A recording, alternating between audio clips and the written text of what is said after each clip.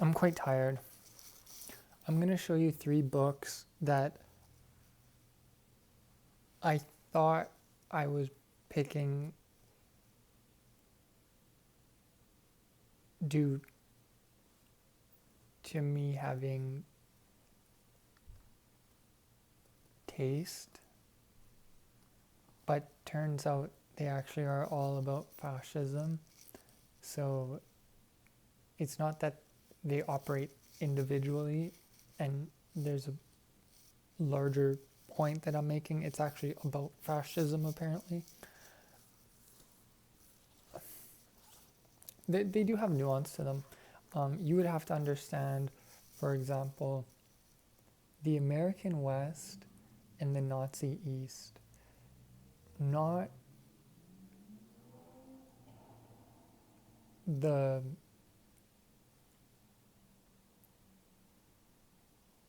primary reading of people interested in the American West.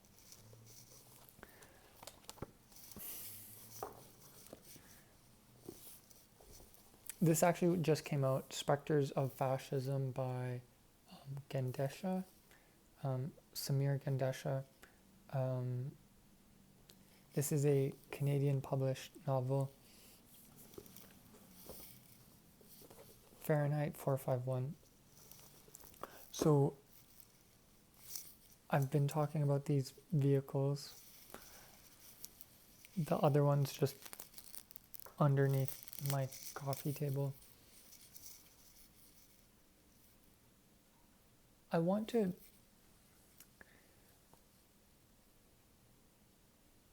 am so incredibly angry that we don't live in a meritocracy. I'm willing to make my entire life's work revolve around a I don't even know what the word is, despairingly, that's not like despairing, no, there's this very specific word, but an outcome of this word,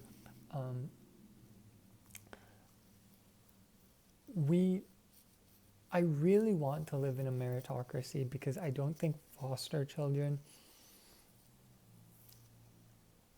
like, foster children are the deepest representation of an abused citizen.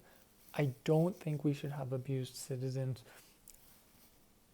for any economic or like any political, any social purpose. It should only be like a function of like honest to God, like the gods, just like screwing Odysseus, or who was it? It was, just Poseidon screwing Odysseus when he was about to make it home, right at the beginning of his 10-year journey.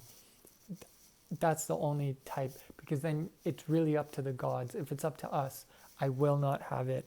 And so I'm going to state, I want to become a car.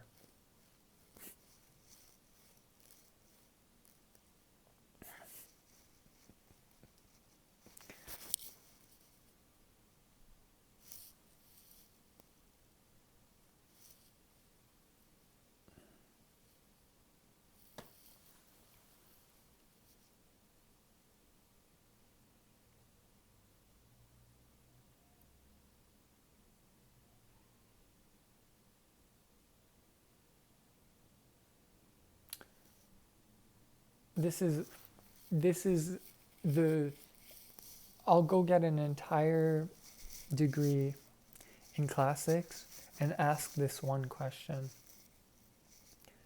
Well, okay, I'd have to think about what the hypothesis is, but essentially it's, how do I become a car? What's the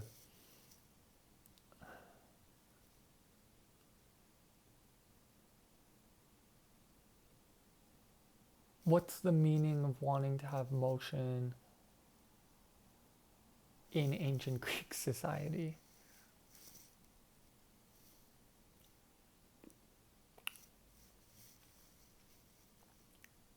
what is it about transportation that makes one want to embody it? For some reason, I think this is like a legitimate criticism against not living in a meritocracy. Like, this is how you know I'm working through a psychological process in real time. So I want to become a car. Which aspect of the car do I want to become? Why do I revere the vehicle?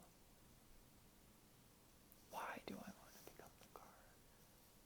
Whose car? I have to be driven, right? Just do it, but I have to be driven by somebody. And so there's a sense of individuality, but actually a sense of slavery because someone has the keys to your ignition.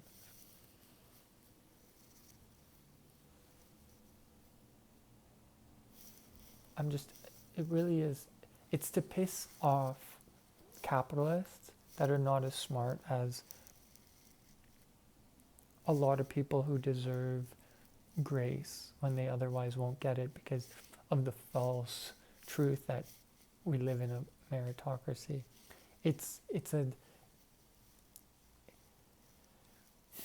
Abuse is complex, but complexity is not difficult to understand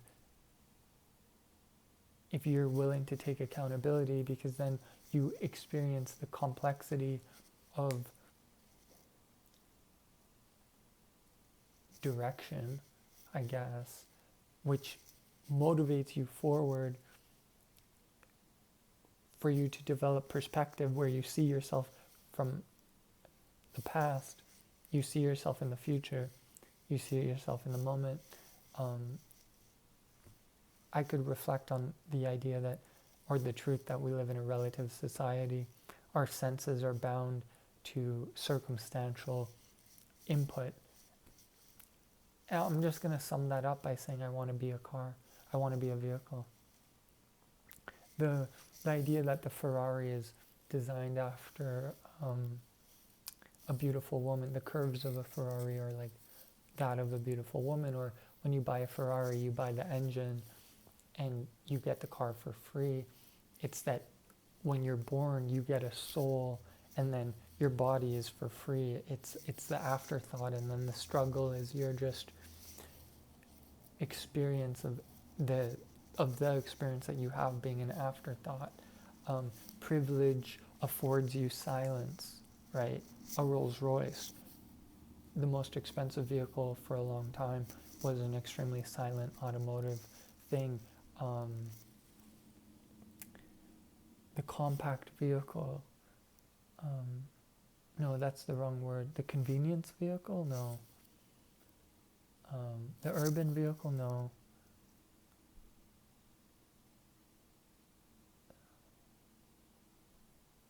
Something about compact, which is the vehicle for everyone. Everyone needs to be compact.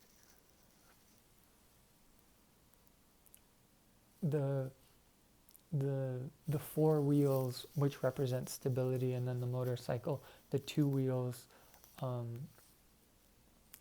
you trade stability for speed, but at the consequence of a much earlier death. The Isle of Troy, the Isle of Man competition, death everywhere, but extremely speedious. Is that a word? I don't know. I'm gonna go get some food. Volkswagen, the vehicle for everyone, designed by Nazi Germany. The function of government to create stability for everyone with a devious reason to collect taxes. Naming a vehicle after a person, the Aston Martin, the symbol of luxury. Different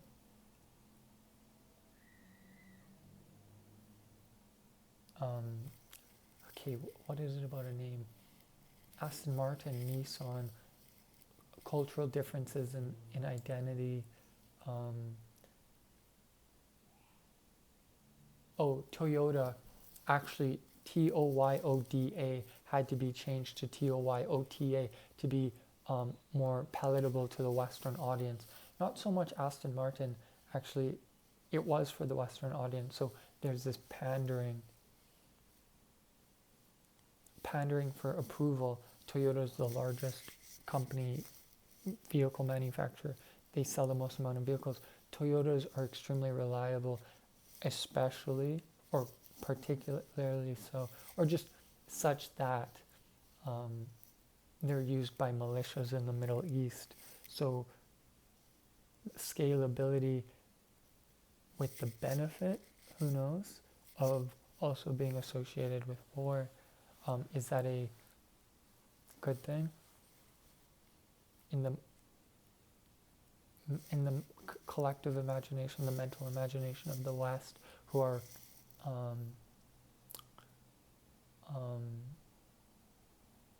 disavowing or approve of civility, of democracy. Becoming a car requires me to experience transmorphic surgery. I'm not even going to question trans people.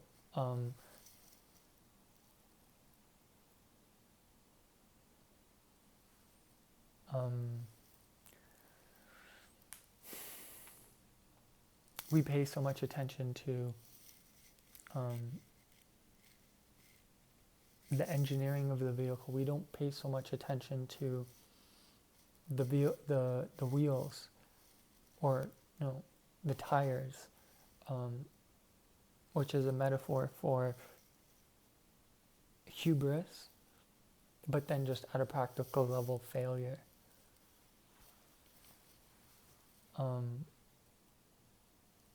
Bugatti, French high culture, right? Rimac, anomalous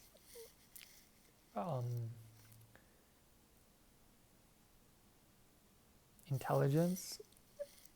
They merge high culture technology, like a particular electrified technology, cinema.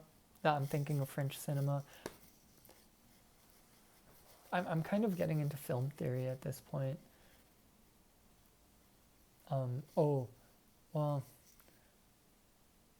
French vehicles were always really rather strange in the eyes of Europeans and the English and North Americans, because the French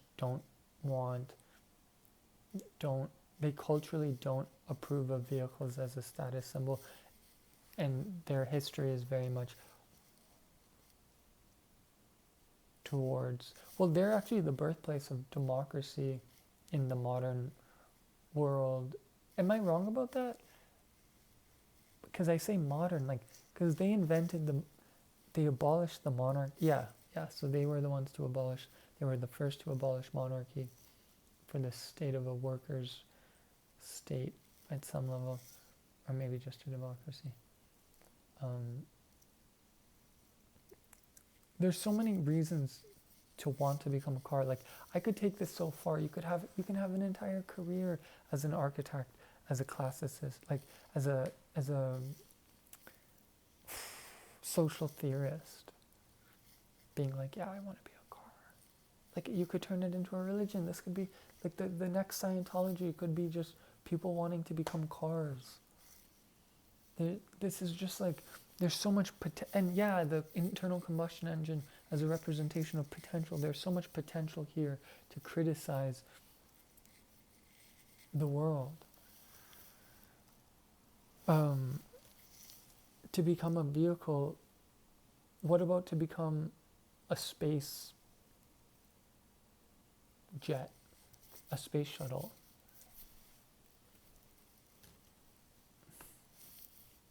Okay, see you.